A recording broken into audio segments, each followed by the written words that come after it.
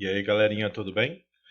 Então, nós estamos aqui para mais uma aulinha, né, de ecologia, da frente 2, né? Essa é a aula 13 e 14 do Tetra 1 de vocês. Nós ainda não terminamos, né?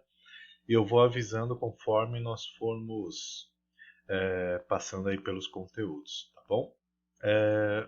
Essa aula de hoje é sobre dinâmica das populações, né? Na última aula nós vimos os ciclos biogeoquímicos, como é que se dá essa dinâmica da ciclagem, né, dos elementos que são importantes para a biologia, como o carbono, o nitrogênio, né? Nós estudamos lá no Fundo 2 o ciclo da água, quando a gente estuda as mudanças de estado, né? Da evaporação, condensação, aquelas coisas, né? O ciclo da água ela é muito simples, por isso que eu nem coloquei naquela aula, tá? Mas a dinâmica de populações é uma coisa que cai, tá? Então a gente vai hoje dar uma aprofundada como é que ocorre essa dinâmica das populações de um ecossistema, tá bom? Bom, é, toda a população, né, ou seja, seres da mesma espécie, são indivíduos aí que ocupam um determinado território, né? Eles surgem naquele território por migração, por especiação, né? Num primeiro momento eles crescem e aí eles podem se estabilizar, né? O número de indivíduos, ou podem entrar em declínio, né? Chegando até a extinção. A extinção é uma dinâmica das espécies, né? Na biologia nós temos aí as espécies que surgem, elas por algum motivo eles entram em declínio e chegam à extinção, tá certo? Bueno, e aí a gente estuda essa dinâmica, né? Do crescimento, da estabilização, os fatores que levam a uma extinção, e é isso que a gente estuda nas dinâmicas de população, tá bom? Então vamos lá. Pessoal, o que a gente mede na realidade, né, os biólogos, quando chegam no ecossistema, a gente mede a densidade populacional. Tá? O que é densidade populacional? É o número de indivíduos pela área ou pelo volume. Né? O volume se for um ambiente aquático, pela área se for um ambiente terrestre. Né? Então, qual é a densidade populacional de castanheiras na Amazônia? Então, eles vão pegar uma amostragem, né? Ou seja, pega uma área, 1 km², por exemplo. Aí tem que contar um a um, né? Pega o número de indivíduos por aquela área e aí extrapola pelo tamanho da floresta, né? E aí a gente tem a densidade populacional. Então a densidade é o número de indivíduos pela área, tá? Se for um ambiente aquático, a gente pega lá o volume, que normalmente são metros cúbicos, né? E a gente dá também uma quantificada nisso, sempre por amostragem, né? Aí entra a matemática nos dando aí a densidade média aí dos indivíduos, tá bom? Como exemplo aqui, ó, densidade demográfica no Brasil no ano de 2000.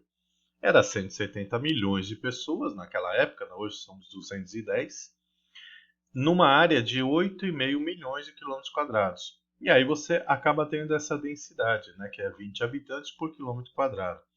Tá? Hoje a gente teria que colocar nessa continha aqui 210 milhões pela mesma área, né, que o Brasil não aumentou nem diminuiu. Então é lógico que vai aumentando aqui, ó, a densidade demográfica. Isso a gente faz em qualquer espécie. Tá? Bom, dentro dessa dinâmica, o que a gente estuda, né? Os fatores que promovem o crescimento ou o declínio daquela população, tá?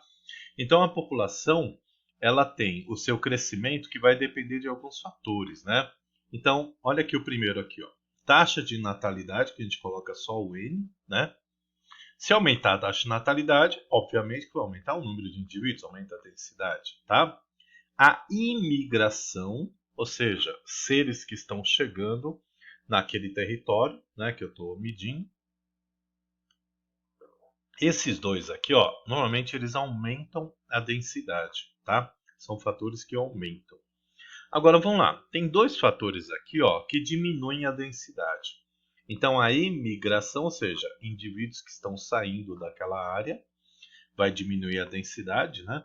E a taxa de mortalidade, ou seja, aumentou a taxa de mortalidade, obviamente que vai diminuir a densidade.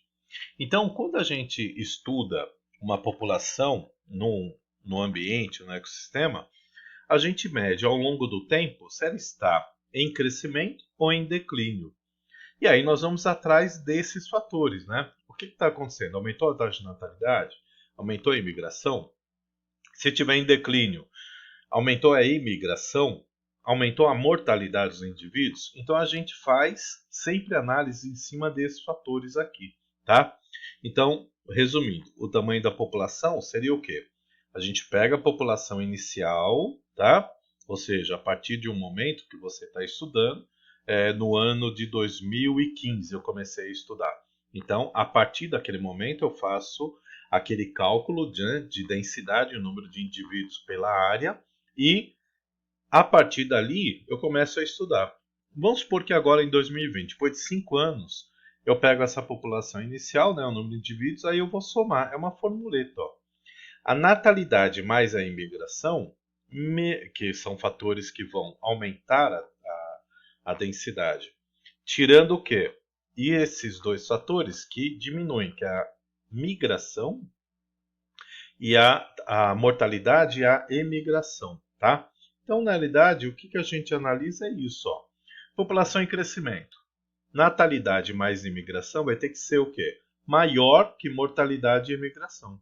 Então, quando aparece isso aqui, ó, é só a gente ter um pouco de raciocínio, a gente vai ver que essa população, se tiver esses dois fatores maiores que estes, obviamente que a população está em franco crescimento, tá?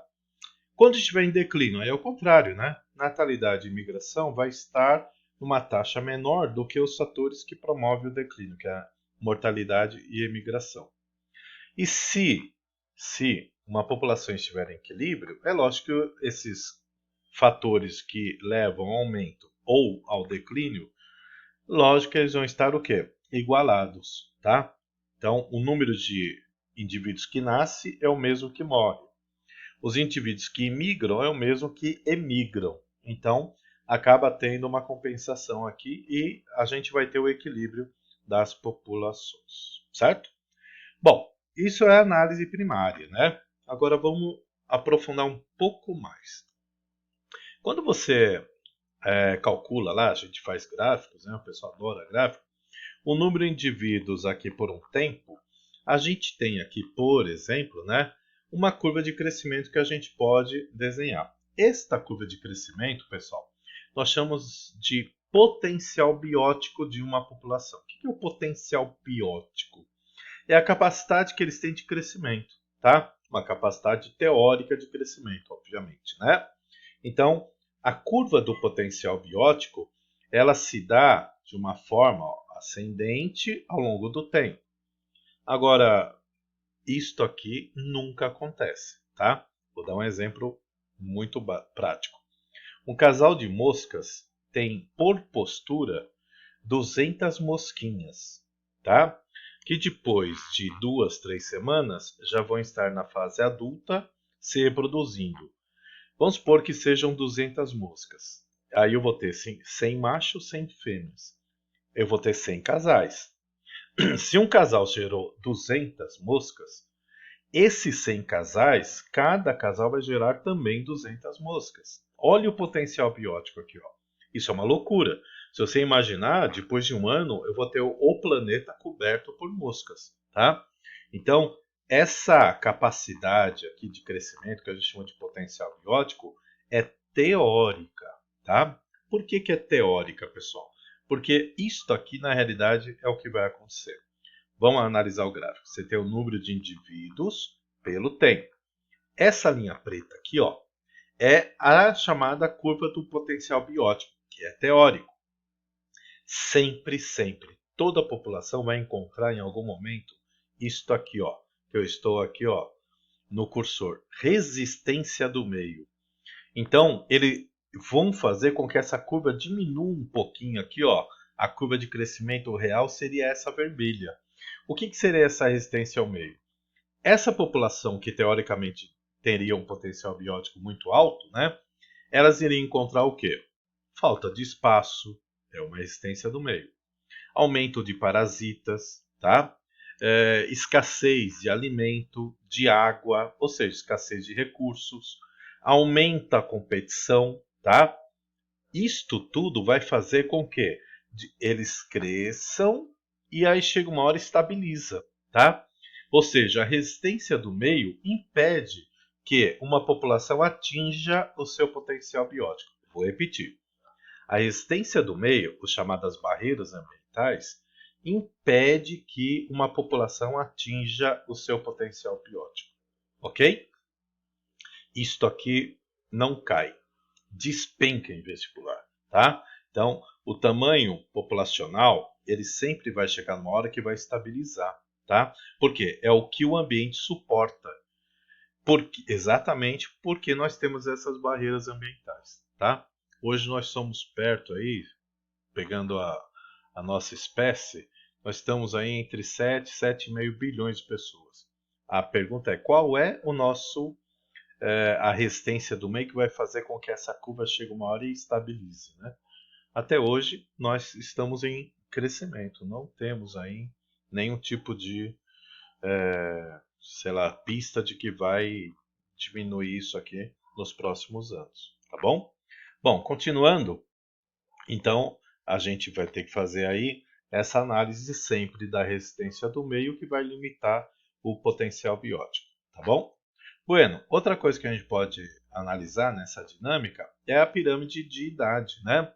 Ou seja, pela faixa etária, qual a taxa de sobrevivência de determinados indivíduos, dependendo da faixa etária, né? Então aqui são os mais jovens, aqui são os mais velhos, né? Aqui então é pelo ano de nascimento. Então aqui os mais novos, os mais velhos. Então quando você tem mais jovens, ó, na base aqui da pirâmide etária, que vocês estudam lá em geografia também, e aqui o pico aqui, ó, pequeno, quer dizer o quê? Está tendo uma taxa de natalidade maior do que a taxa de mortalidade. O que acontece? Fator de crescimento, né? Que a natalidade vai estar aí, ó, sobrepondo os outros. Então, dá para você analisar que a população desse país, no caso aqui a Costa Rica como exemplo, né? É puramente ilustrativo. É um país que está em franca expansão de densidade demográfica. E na natureza, Petucão? Na natureza é o seguinte, ó. A gente pega aqui, ó. Aqui ó, nesse gráfico nós temos o número de indivíduos que sobrevivem pela idade, os jovens e os mais velhos, né? Aí eu tenho três linhas aqui, ó, tipo 1, tipo 2, tipo 3. Tá vendo aqui, ó? Nesse aqui, o tipo 1, tem bastante gente sobrevivendo, tá, durante quase grande parte da vida e morrem já na fase mais velha da vida, né? Este aqui é o contrário, ó, morre muitos jovens morrendo e poucos chegam na fase, né, adulta, vamos chamar assim. E aqui no tipo 2 vai decaindo aos poucos. Vamos lá, rapidinho. O que está acontecendo aqui? Isso é o que eu sempre falei para vocês sobre investimento parental. Quanto maior investimento parental, ou seja, os pais investindo na sobrevivência da cria, maior é a taxa de sobrevivência aqui, ó, dos indivíduos na primeira idade aqui, ó. Então, nesta linha azul, que é o tipo 3, a gente poderia colocar um peixe que tem fecundação externa, né? Então, uma fêmea de pacu lá no Pantanal coloca 50 mil ovos, tá? São gerados 50 mil filhotes, mas é lógico que uma pequena parcela chega na fase adulta. Por quê? Muitos morrem logo aqui, ó, na primeira idade, exatamente porque tem pouco investimento parental. Este aqui seria um mamífero, né, tipo nós, que tem muito investimento dos pais na amamentação e na primeira idade, e aí eles vão morrendo mais velhos. E este aqui, ó, poderia ser uma ave, por exemplo, né? Ela choca o ovo, cuida parcialmente, e você vai tendo uma mortalidade de forma contínua durante toda a vida, tá bom? Então é isso aí, pessoal. Se quiserem, voltem no vídeo. Isso aqui é a dinâmica das populações, em que a gente pode ver o crescimento, o declínio ou a taxa de sobrevivência dependendo do investimento parental. Legal? Então, fiquem em paz. A gente volta daqui a pouco na outra aula. Tchau!